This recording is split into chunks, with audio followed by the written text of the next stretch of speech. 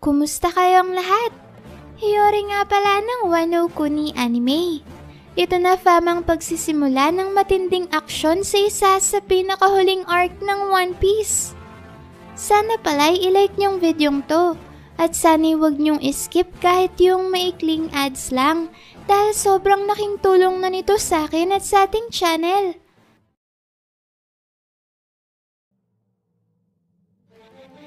Ang chapter na to fam ay nagsimula sa loob ng Owl Library sa Elbaf, kung saan makikita natin sina Chopper at Bonnie na ngayon ay nakaupo sa ibabaw ng isang dambuhalang aklat.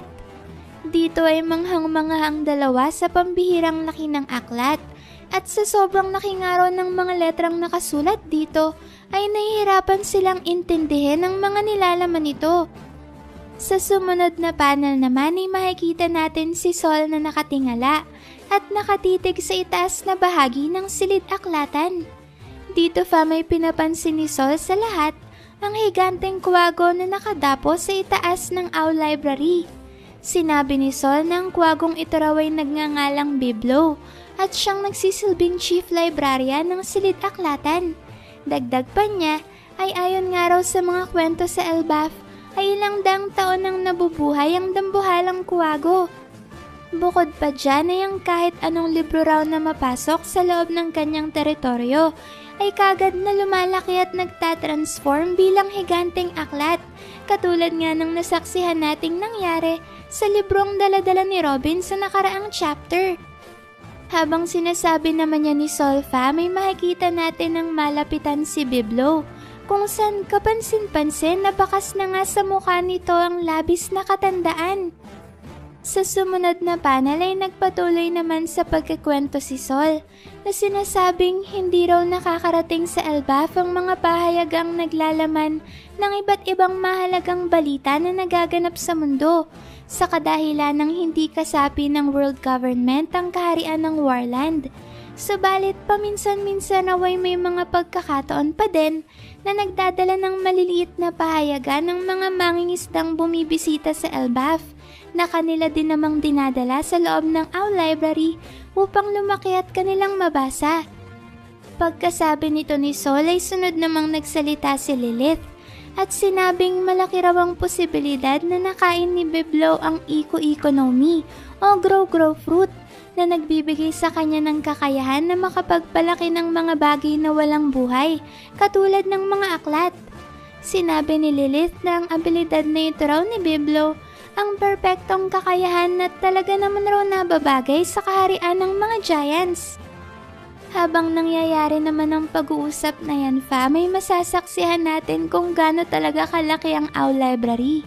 Dahil kahit nga isang giant si Sol, ay makikita pa rin natin ang nagtataasan na istante ng mga libro na nagmistulang mga gusali na nakapaligid sa kanya.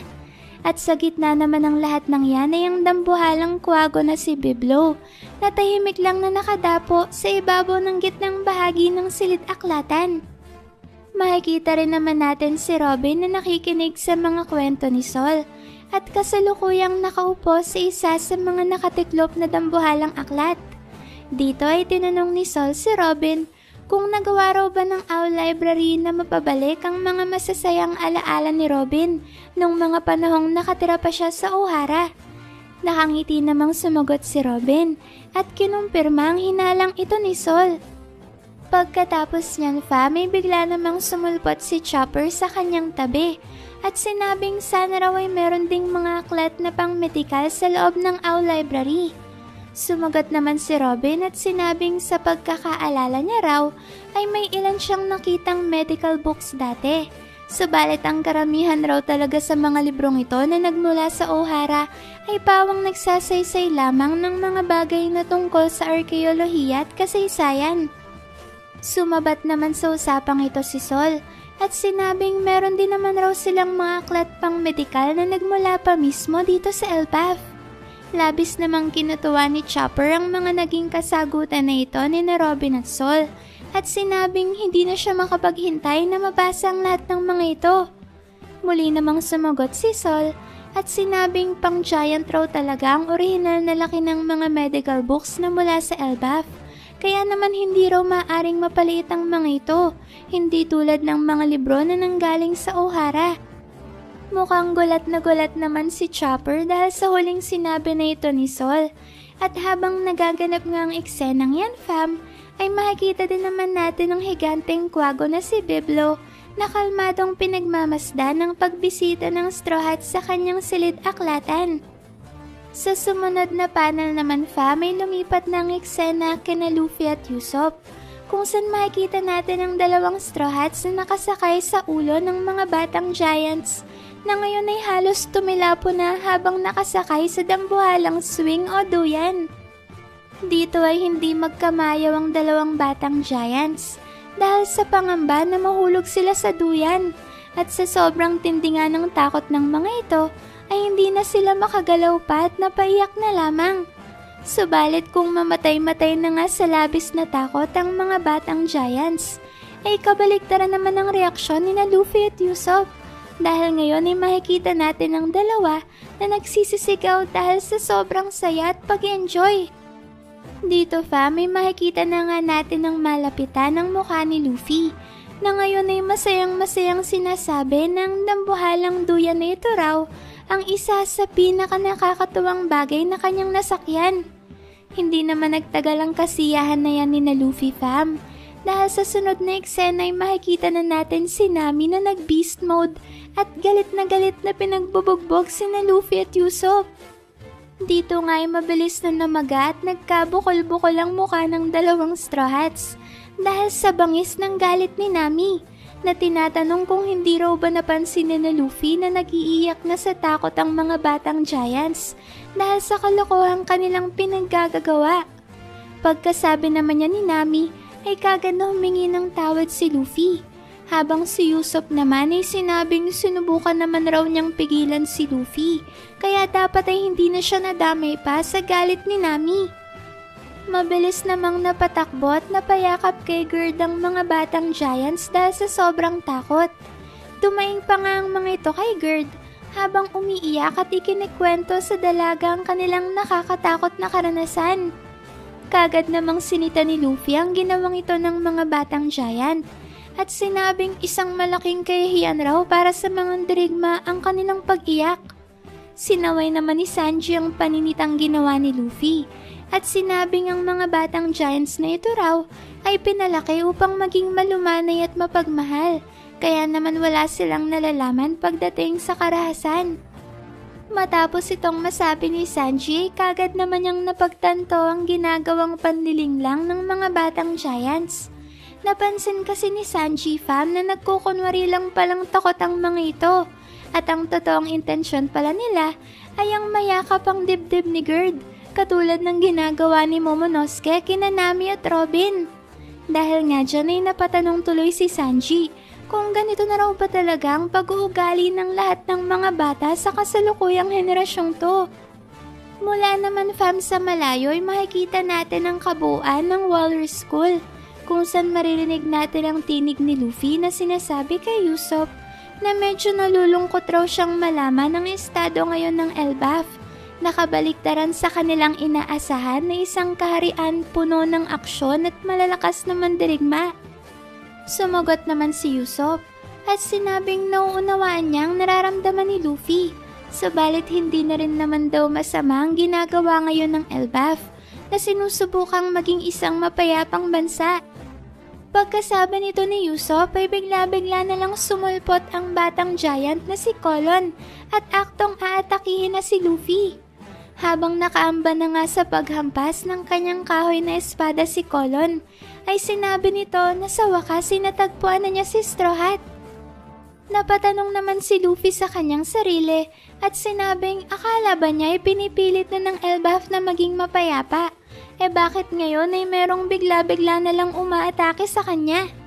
Hindi nga nagtagal fam at naiwas-iwas na ni Colon ang kanyang espada, subalit sa halip na umiwas, ay mas pinilit ni Luffy na wag nang gumalaw pa at manatili na lang sa kanyang kinatatayo.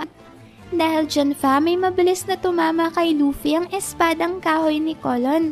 Subalit imbes na tumilapon ang katawan ni Luffy dahil sa impact ng atake ni Colon, ay ang mismong espada pa nito ang nawasak at nagkadurog-durog. Hindi naman makapaniwala si Colon sa hindi inaasahang pangyayaring yan at tila ba labis siyang nagulat sa pambihirang lakas na pinamalas ni Luffy. Sa tindi pa nga ng kanyang pagkasindak ay nagsimulang pagpawisan ng batang giant. Mula naman sa pagkakatayo ni Luffy ay bigla siyang tumalon pa itaas at naghanda ng isang Gear 3 na atake kung saan pinalobo niya ang kanyang kanang kamao at binalutan ito ng armament haki.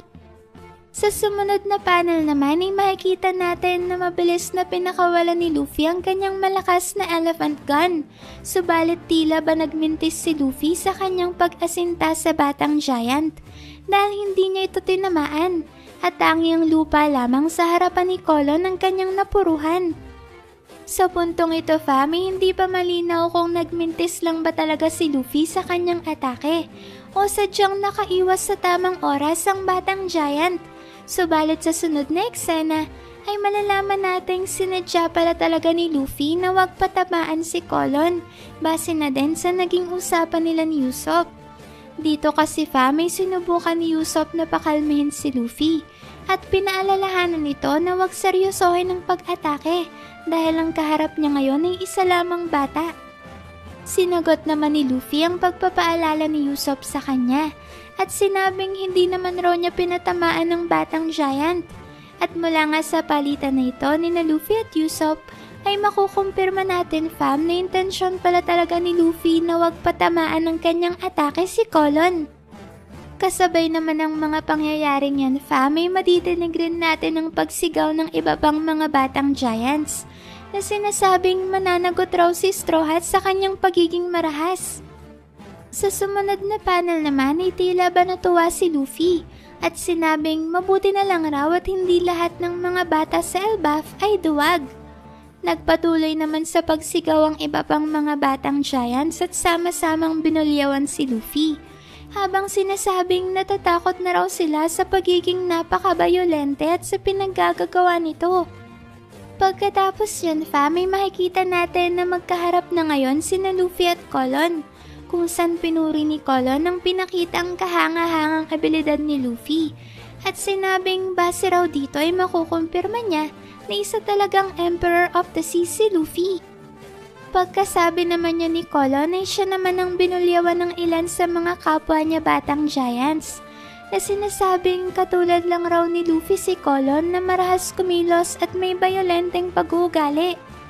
Sinang-ayunan naman ito ng iba pang mga bata at sinabing isa raw mabangis na giant si Colon kaya naman kinamumuhian nila ito.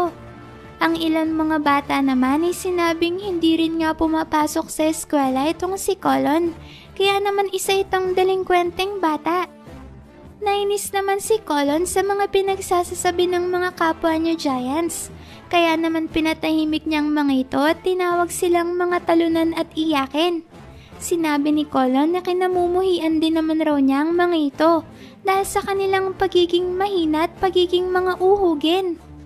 Mangyak-ngyak namang sumagot ang ibang batang giants at sinabing sumusobra na raw talaga ang kalupitan at pagiging barbaro nitong si Colon. Bigla namang nagsalita ang biology teacher ng Walrus School na si Ripley at galit na pinagsabihan si Colon na wag itong gumawa ng iskandalo. Subalit nakakapagtaka naman na pagkasaway ni Ripley dito ay kagad din niyang pinuri ang batang giant at sinabing mahusay raw talaga ang ginawa nitong pag-atake kay Luffy. Kagad namang kinutuwa ni Colon ng pagpuri sa kanya ni Ripley na ngayon ay malalaman natin na kanya palang ina. Sinabi rin dito ni Colon na dala-dala niya ngayon ang mga paboritong pagkain ng kanyang ina na pinadala sa kanya ni Mato.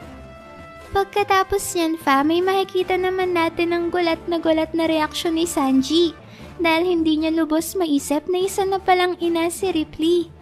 Nabigla din nga si Sanji dahil tila ba hindi tinuturo ni Ripley sa anak niyang si Colon ang mapayapang paraan ng pamumuhay na tinuturo niya sa iba pang mga batang giants na pumapasok sa Walrus School. Napatanong tuloy si Sanji kay Ripley kung hindi ba nito pagsasabihan si Colon dahil sa ginawa nitong palihim at biglaang pag-atake kay Luffy. Hindi naman sinagot ni Ripley ang katanungang ito ni Sanji dahil na-distract na ito sa mga pagkaing dala-dala ni Colon. At habang kumakain nga itong si Ripley ay kinwento ni Colon sa Straw Hats na isa palang normal na tao ang kanyang ama. Sinabi ni Colon na ang kanyang ama ay isang dating pirata na walang kinatatakutan sa malawak na karagatan at kahit nga raw mismong mga mandirigma ng Elbaf ay hindi nito kinatatakutan. Dito naman may kapansin-pansin na bigla na lang pinagpawisan si Sanji nang malaman niyang isa palang normal na tao ang ama ni Colon na siya rin namang asawa ni Ripley. Ibinahagi ni Ripley na malaki raw ang agwat ng edad nila ng kanyang asawa at di hamak na mas bata raw ito sa kanya. Yun nga raw ang dahilan kung bakit nanatiling impormal ang kanilang pagsasama. At dahil nga ang asawa niya lang ang tatanda sa kanilang dalawa, ay mas pinili na lang nito na wag siyang pakasalan. Mukhang nagpanting naman ang tenga ni Sanji nang marinig niya ang sinabi ni Ripley na ayaw siyang pakasalan ng kanyang asawa. Sa puntong ito naman may dumating na sina Luffy sa loob ng Owl Library. At kahit nga sa labas ay maririnig natin ang gulat na tinig niya na dala ng kanyang pagkamangha sa laki ng mga libro na nakapatas sa loob ng silid-aklatan. Mula naman sa malayo ay makikita natin ang Warrior Spring na kinaroroonan ng Owl Library at Walrus School. At katulad din nga ng kastilyo ni Rodo sa Underworld, ay mapapansin rin natin ang isang mahabang tulay na nakakonekta sa Warrior Spring.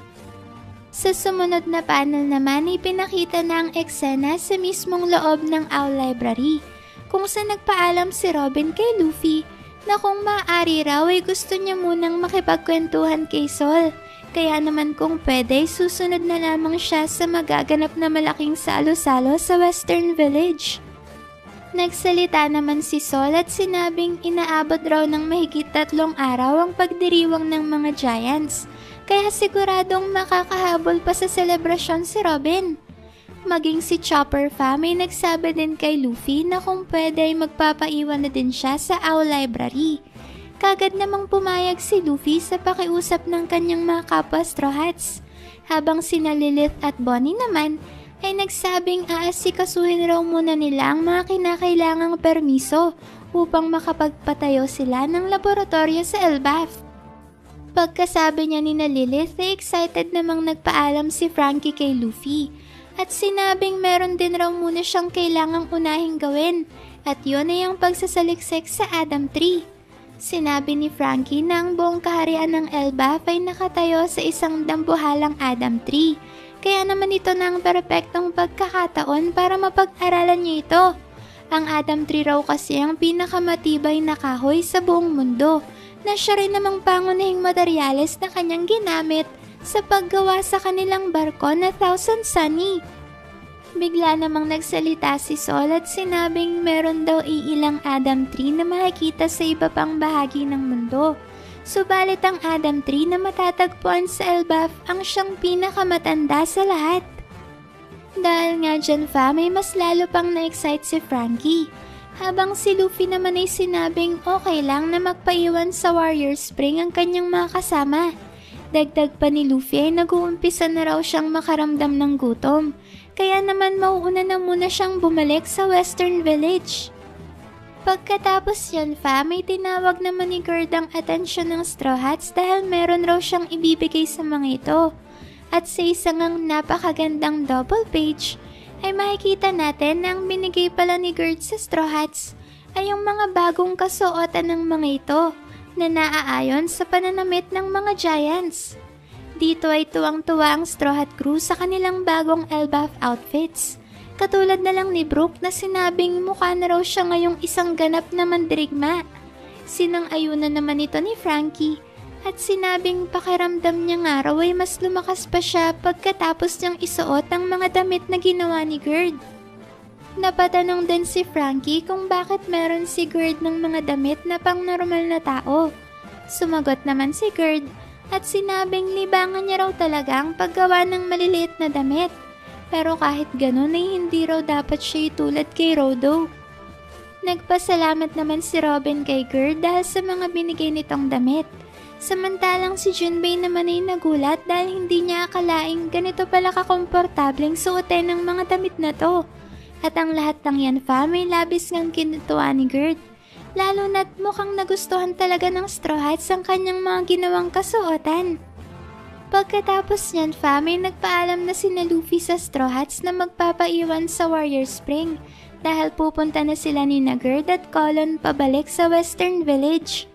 Dito na biglang lumipat ang chapter sa kastilyo sa Western Village, kung saan makikita natin na bigla na lang lumitaw ang dalawang misteryosong individual na pinaghihinala ang mga miyembro ng Holy Knights. Malalaman na din natin dito fam na ang pangalan pala ng kastilyong ito ay Orust Castle, at mula nga sa labas ng kastilyong ito ay maririnig natin ang tinig ng mga giants na gwardya ng kastilyo na tinatanong ang dalawang misteryosong individual kung paano sila nakapasok sa loob ng palasyo. Inakala pa nga ng isa sa mga giants na ito na miyembro ng Straw Hats ang dalawa dahil wala naman raw silang alam na iba pang grupo na nakapasok ngayon sa kanilang bansa. Pagkasabi nga nito ng gwardya ng palasyo ay nagsalita din naman ng isa sa misteryosong individual, ang babae na may mapusyaw na buhok at nababalutan ng benda ang muka. Dito ay tinanong ng misteryosong babae sa dalawang giants kung saan raw ba nila makikita ang individual na nagngangalang Loki. Natawa naman ang dalawang gwardyang giants sa sinabing ito ng misteryosong babae at tinanong kung bakit raw ba nila ninanais na makausap ang kriminal na yun. Dagdag pa ng dalawa ay si Loki raw ay isang salot na nagdulot ng malaking pagdurusa sa kanilang bansa dahil pinaslang nito si King Harald, ang kanilang hari na minamahal ng lahat ng mga mamamayan ng Elbaf. Kaya naman ngayon ay wala ng buhay ang kanilang hari, wala na ring naninirahan sa loob ng kastilyo. Pagkasabi naman ito ng dalawang gwardyang giants ay muling nagsalita ang misteryosong babae at sinabing kung wala na palang nakatira ngayon sa kastilyo ay saan naman kaya nila matatagpuan si Loki. Sumagot naman ang mga gwardya at sinabing hindi raw nila maaaring ibigay ang impormasyon na yon, lalo na kung ang intensyon ng mga ito ay ang pakawalan mula sa kanyang pagkakabilanggo ang Accursed Prince. Nagtanong naman ulit ang misteryosong babae kung hindi raw ba talaga sasabihin ng mga giants ang kinaroroonan ni Loki. Nanindigan naman ang dalawang giants sa kanilang sagot at sinabing hindi talaga nila ito maaaring sabihin.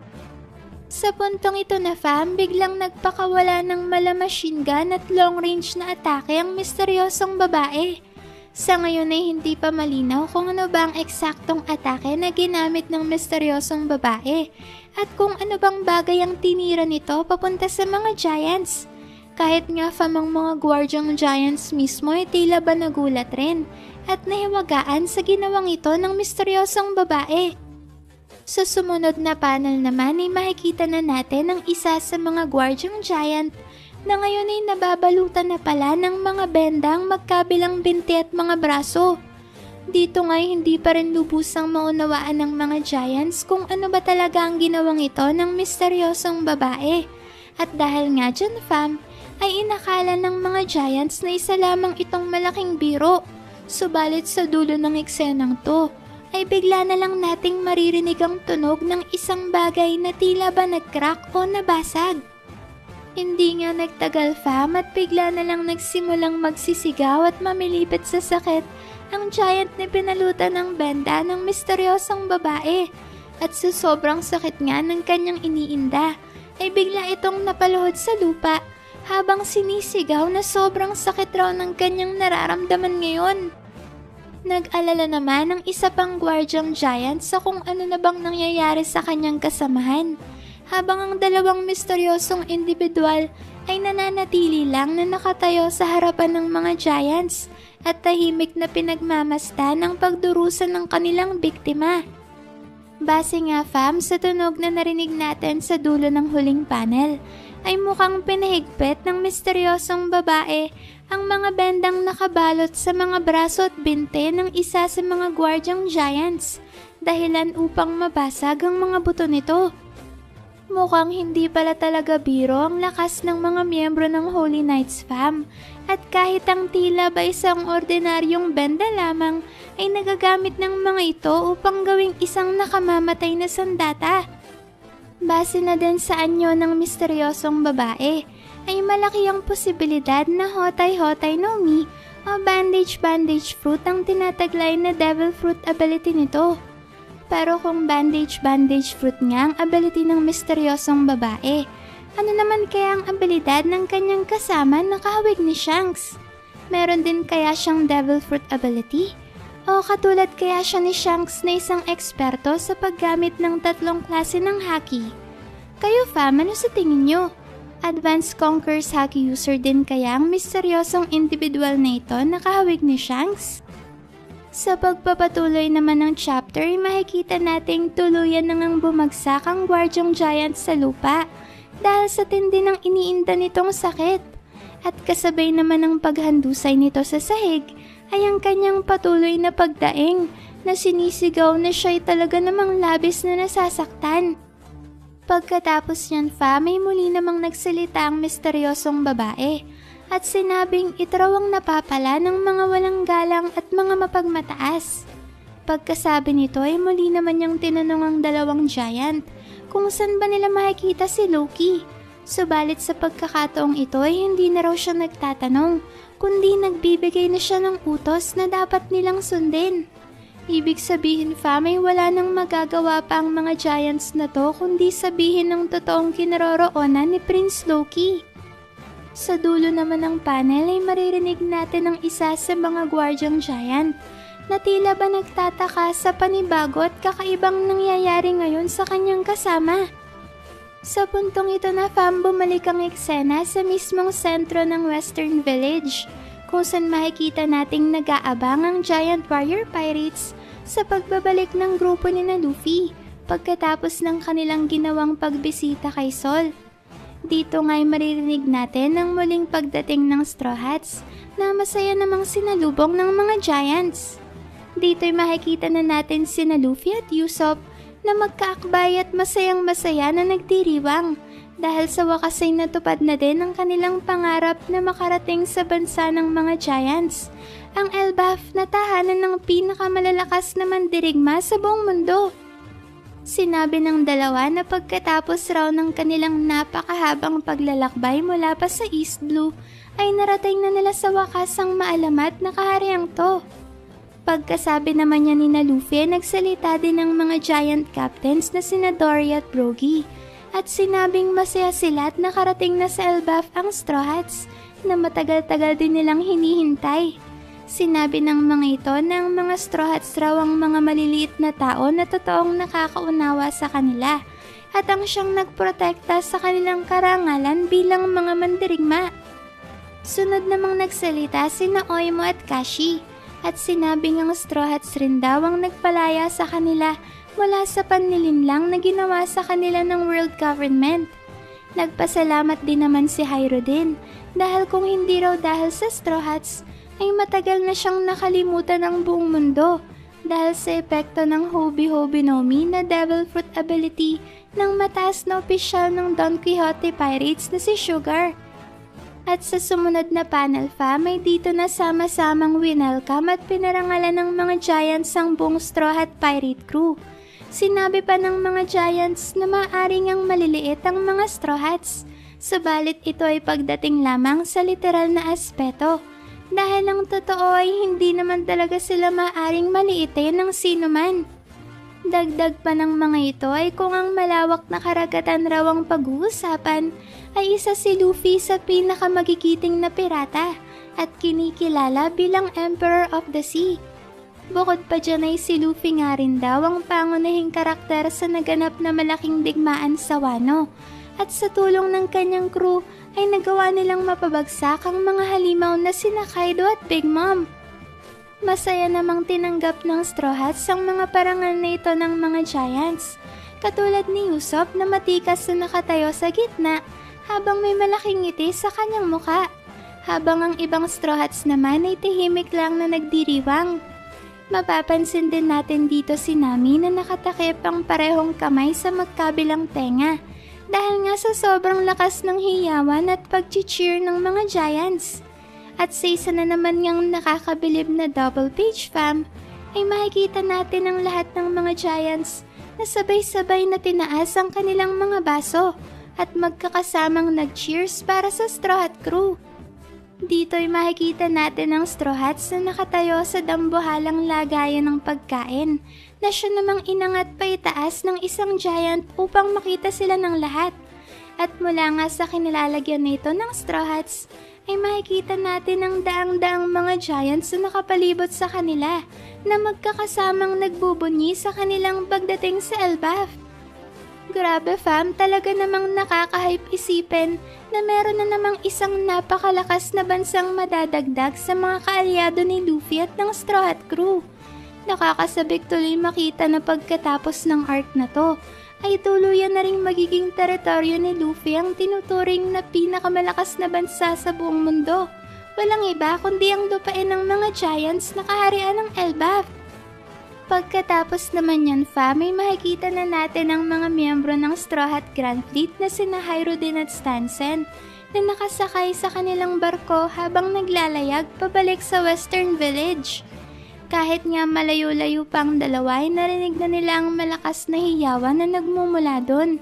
Kaya naman iisip nila na maaring nakabalik na ang Straw Hats kaya naman nagsimula ng malaking pagdiriwang. Hindi nagtagal at nakarating na nga sa Western Village sina Hyrodin at Stansen. Mabilis namang namukhaan ni Luffy ang kasama ni Hyrodin at tinanong kung siya raw ba ang Giant na ibebenta sana sa human auctioning house sa Sabardi Archipelago. Sumagot naman kagad si Stansen at sinabing siya nga raw ang Giant na yon. Sinabi din ito na nung marinig nga raw niya kay Hyrodin na mapapasailalim na ang kanilang crew sa pumumuno ni Luffy, ay naunawaan niyang tadhana talaga ang dahilan kung bakit nagsalubong ang landas nila ng Straw Hats 2 taon na ang nakakaraan. Pagkasabi naman ito ni Stansen fam, may sandaling nagbalik sa kanyang alaala ang ginawang pagsuntok ni Luffy sa Celestial Dragon na si Sharlos, na siyang naging dahilan upang siya ay makalaya mula sa buhay ng pagiging isang alipin. Kasabay din naman ng alaala na to ni Stansen ay ang paglalahad ng kanyang kwento, kung saan malalaman natin nakababata pala talaga ni Stansen si Hyrodin. Subalit sa isang hindi inaasahang pangyayari ay merong nanghuli sa kanya sa gitna ng kanyang pagtulog at mula nga sa puntong yun ay doon na siya dinala sa human auctioning house kung saan sana siya ibebenta. Subalit dahil nga sa ginawang pagwawala doon ni Luffy ay nagkaroon siya ng pagkakataon upang makatakas mula sa mga humuli sa kanya. Pagkatapos namang marinig ni na Luffy ang kwento ni Stansen ay sinabi niya na masaya raw siya at nakatulong sila sa pagpapalaya sa kanya. Pagkasabi naman ito ni Luffy ay may bigla na lang dumating na bagong bisita at tinanong ang lahat kung nag-e-enjoy raw ba sila. Masaya namang sumagot ang mga Giants at kagad na welcome ang bagong bisitang to. Dito fa, may malalaman natin na si Chief Jarul pala ang bagong dating na bisita. Na-curious naman si Luffy kung sino raw bang Giant na to. At sa isa na naman ngang astig na double page fam, ay makikita natin ang pagdating ni Chief Jarul sa malaking salo-salo, kung saan kagad na napanganga sina Luffy at Usopp dahil sa malabundok na laki nito.